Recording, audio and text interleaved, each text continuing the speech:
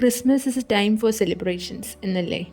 Christmas എന്ന് കേൾക്കുമ്പോൾ തന്നെ നമ്മുടെ മനസ്സിലേക്ക് ഓടിയെത്തുന്ന കുറേ നല്ല നല്ല ഓർമ്മകളുണ്ട്. അതിലൊരു ഓർമ്മയാണ് എനിക്ക് ഈ ക്രിസ്മസ് പ്ലം കേക്ക് എന്ന് പറയുന്നത്.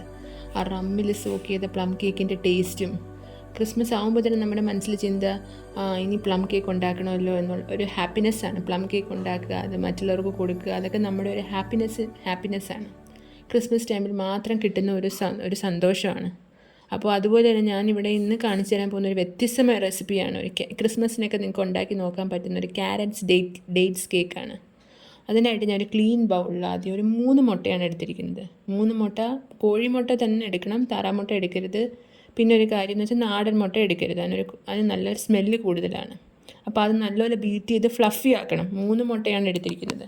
നല്ല ക്രീമി ടെക്സ്ചർ ആക്കണം, നമ്മൾ ഈ വിപ്പിംഗ് ക്രീമൊക്കെ അടിച്ച് പതപ്പിക്കുന്ന പോലെ. പിന്നെ നമ്മൾ അതിനകത്ത് വാനില എസൻസ് ഒരു 1 ടീസ്പൂൺ എങ്കിലും ഇട്ട് കൊടുത്തിട്ട് നല്ലപോലെ ഒരു 5 മിനിറ്റ്സ് എങ്കിലും നമ്മൾ നല്ലപോലെ ബീറ്റ് ചെയ്ത് ഫ്ലഫി ആക്കി എടുക്കണം, ക്രീമി ടെക്സ്ചർ. നമുക്ക് ബീറ്റർ ഇല്ലെങ്കിലും വിഷമിക്കേണ്ട ആവശ്യമില്ല. മിക്സിയിൽ നമുക്കിത് നല്ല വൃത്തിയായിട്ട് ചെയ്യാം. മിക്സിയിൽ ഒരു 5 മിനിറ്റ്സ് ബീറ്റ് ചെയ്താൽ മതി. എന്ന് പറഞ്ഞാൽ മിക്സി ചൂടാവാൻ അനുവദിക്കരുത്. ഓഫ് ചെയ്ത് ഓണാക്കി നമ്മൾ ബീറ്റ് ചെയ്തെടുക്കണം. പിന്നെ ഞാനിവിടെ എടുത്തിരിക്കുന്നത് 1 കപ്പ് ഷുഗറാണ്. ഷുഗർ എന്ന് പറഞ്ഞാൽ ബ്രൗൺ ഷുഗറാണ് എടുത്തിരിക്കുന്നത്. 1 കപ്പ് എന്ന് പറഞ്ഞാൽ 240 ml ആണ്.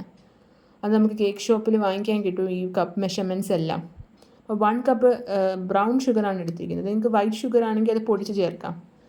ബ്രൗൺ ഷുഗർ എടുത്തിരിക്കുന്നത് എന്താണെന്ന് വെച്ചാൽ നമുക്ക് അതിന് നല്ലൊരു കളർ കിട്ടും കേക്കിന്. ക്യാരറ്റ് ഡേറ്റ്സ് കേക്ക് ആയാലും പ്ലം കേക്ക് ആയാലും അങ്ങനത്തെ ഉള്ള ബനാന കേക്കിനൊക്കെ നമ്മൾ അതെടുക്കണം. പിന്നെ ഞാൻ കാരമൽ കളറാണ് എടുത്തിരിക്കുന്നത്. കാരമൽ കളർ ഒരു 2 സ്പൂൺ വരെയൊക്കെ നമുക്ക് ഒഴിക്കാം. ഒരുപാടായ ഒരു കയ്പ്പ് ടേസ്റ്റ് വരും. കാരമൽ കളർ നമുക്ക് കേക്ക് ഷോപ്പിൽ വാങ്ങിക്കാൻ കിട്ടും. ഇപ്പം നിങ്ങൾ കാണുമ്പോൾ മനസ്സിലായും ഒരു ക്രീമി ടെക്സ്ചറായിട്ടുണ്ട് അല്ലേ? ഒരു മുട്ടയാണെന്ന് നമുക്ക് അറിയാൻ പറ്റുന്നില്ല, ഒരു ക്രീമി ടെക്സ്ചറായിട്ടുണ്ട്. പിന്നെ 1/2 കപ്പ് ഓയിലാണ് ഞാൻ ഒഴിച്ചിരിക്കുന്നത്. 1/2 കപ്പ് ഓയിൽ ഒഴിച്ചു. കാരമൽ ഫുഡ് കളർ ഒരു 2 സ്പൂൺ ഒഴിച്ചു. 1 കപ്പ് ബ്രൗൺ ഷുഗർ ചേർത്തു. പിന്നെ 3 എഗ്സ് ചേർത്തു. ഇതെല്ലാം നിങ്ങൾക്ക് ഈ ഓയിലിന് പകരം വേണമെങ്കിൽ ബട്ടർ ഉപയോഗിക്കാം. ബട്ടർ ഉപയോഗിക്കുവാണെങ്കിൽ ഒരു 100 ഗ്രാം ബട്ടറെങ്കിലും മെൽറ്റഡ് ബട്ടർ ഉപയോഗിക്കണം. പിന്നെ ഞാൻ ഇവിടെ എടുത്തിരിക്കുന്ന ഒരു 15ഓളം ഡേറ്റ്സ്, അത് ഹണിയിൽ സോക്ക് ചെയ്ത് വെച്ചിരുന്നതാണ്. ചെറുതായി അരിഞ്ഞിട്ട് ഹണിയിൽ സോക്ക് ചെയ്ത് വെച്ചിരിക്കുന്ന ഡേറ്റ്സാണ് ചേർത്ത് കൊടുത്തിരിക്കുന്നത്. ഡേറ്റ്സ് എപ്പോഴും എടുക്കുമ്പോൾ നല്ല സോഫ്റ്റ് ഡേറ്റ്സ് എടുക്കാനായിട്ട് നിങ്ങൾ പ്രത്യേകം ശ്രദ്ധിക്കണം. പുറത്തുള്ള ഹാർഡായിട്ടിരിക്കുന്ന ഡേറ്റ്സ് നമ്മൾ ഉപയോഗിക്കാനായിട്ട് പാടില്ല. പിന്നെ ഞാൻ 3 ക്യാരറ്റ്സ് എടുത്തിട്ടുണ്ട്. ഒരു 3 ക്യാരറ്റ്സ് എന്ന് പറയുമ്പോൾ ഒരു മീഡിയം സൈസായിരുന്നു. ഓക്കെ, മീഡിയം സൈസായിരുന്നു. ഒരെണ്ണം ഇച്ചിരി വലുതായിരുന്നു, 2 എണ്ണം ഒരു മീഡിയം സൈസായിരുന്നു. അപ്പോൾ അങ്ങനെ 3 ക്യാരറ്റ്സ് എടുത്തിട്ടുണ്ട്.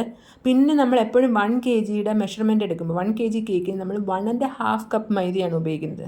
ഞാൻ പറഞ്ഞു ഒരു കപ്പ് എന്ന് പറഞ്ഞാൽ 240 ml ആണ്. 240 ml കപ്പിൽ 1.5 കപ്പ് മൈദയാണ് നമ്മൾ എപ്പോഴും എടുത്തിരിക്കുന്നത്.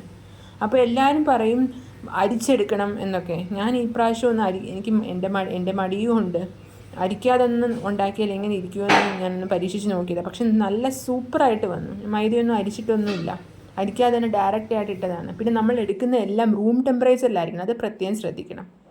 പിന്നെ ഞാൻ എടുത്തിരിക്കുന്നത് ഒരു 1/4 കപ്പ്, ഇത് ഓപ്ഷനിലാണ്. നിങ്ങൾക്ക് ഞാൻ ഈ റമ്മിൽ സോക്ക് ചെയ്ത ഫ്രൂട്ട്സ് ഇരുന്നതുകൊണ്ട്, പ്ലം കേക്ക് ഉണ്ടാക്കാൻ മേടിച്ച ഫ്രൂട്ട്സ് ഇരുന്നതുകൊണ്ട് ഒരു 1/4 കപ്പ് ആ ഫ്രൂട്ട്സ് വിട്ട് കൊടുത്തു. നിങ്ങൾക്ക് അതില്ലെങ്കിൽ നട്ട്സോ ബദാമോ, ഞാൻ അതൊന്നും ചേർത്തിട്ടില്ല. എനിക്ക് ഈ കേക്കിനകത്ത് നട്ട്സും ബദാമും ഇഷ്ടമല്ല, അതുകൊണ്ട് ഞാൻ ഇട്ടിട്ടില്ല.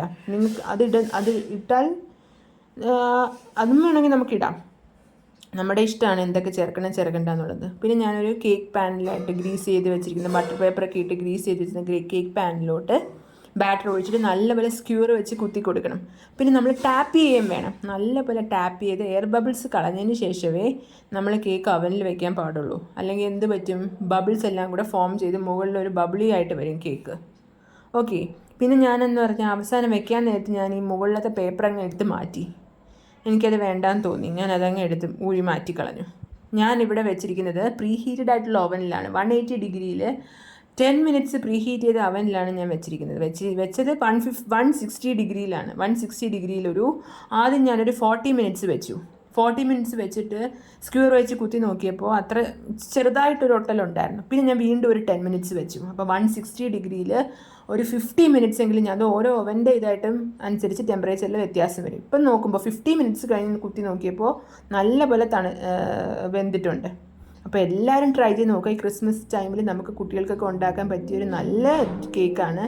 എല്ലാവരും ട്രൈ ചെയ്തിട്ട് അഭിപ്രായം അറിയിക്കുക. ബൈ.